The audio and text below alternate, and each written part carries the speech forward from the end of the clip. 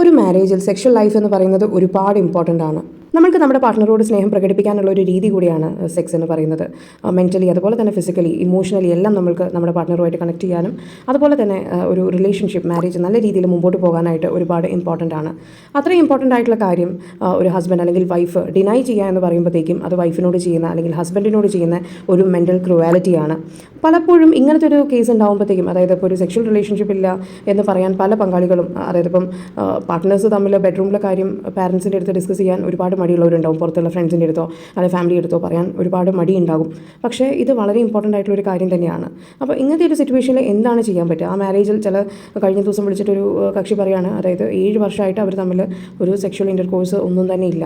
Wife പറഞ്ഞാണ് husband അതിന് താല്പര്യമില്ല. അപ്പം കല്യാണം കഴിഞ്ഞ സമയത്ത് എങ്ങാണ്ടാണ് അവർ തമ്മിൽ ഒരിക്കലെങ്ങാണ്ടാണ് ഒരു സെക്സിൽ ഏർപ്പെട്ടത് എന്ന് പറഞ്ഞു.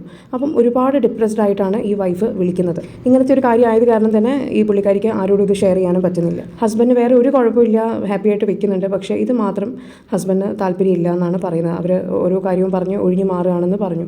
അപ്പോൾ അവർ ഡോക്ടറെ കൺസൾട്ട് ചെയ്യാനും നോക്കിയിരുന്നു. പക്ഷേ ഹസ്ബൻഡ് അതിനൊന്നും കൂടെ വരുന്നില്ല. അപ്പോൾ ഇങ്ങനെ ഒരുപാട് ആൾക്കാരുണ്ട് ഇങ്ങനത്തെ ഒരു സിറ്റുവേഷനിലൂടെ കടന്നു പോകുന്നത്.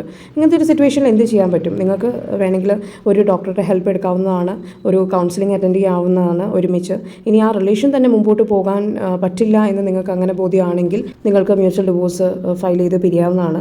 അതുമല്ല, ഇനിയിപ്പോൾ പാർട്ട്ണർ പിരിയാനും അഗ്രി ചെയ്യുന്നില്ല, അങ്ങനത്തെ ഒരു സിറ്റുവേഷൻ ആണെങ്കിൽ നിങ്ങൾക്ക് കണ്ടസ്റ്റിംഗ് ഡിവോഴ്സ് ഫയൽ ചെയ്യാവുന്നതാണ്. നിങ്ങളുടെ ഹസ്ബൻഡ് അല്ലെങ്കിൽ നിങ്ങളുടെ വൈഫ് ഒരു സെക്ഷൽ ഇൻ്റർകോഴ്സിന് തയ്യാറാവുന്നില്ല, നിങ്ങളുമായിട്ടൊരു സെക്ഷൽ റിലേഷൻഷിപ്പിന് തന്നെ തയ്യാറല്ല എന്നുള്ളൊരു സിറ്റുവേഷൻ ഉണ്ടെങ്കിൽ നിങ്ങൾക്ക് ഡിവോഴ്സ് ഫയൽ ചെയ്യാവുന്നതാണ്. അതിൽ മെൻ്റൽ ക്രുവാലിറ്റിയാണ് വൈഫ് അല്ലെങ്കിൽ ഹസ്ബൻഡ് സെക്സ് ഡിനൈ ചെയ്യുക എന്ന് പറയുന്നത്.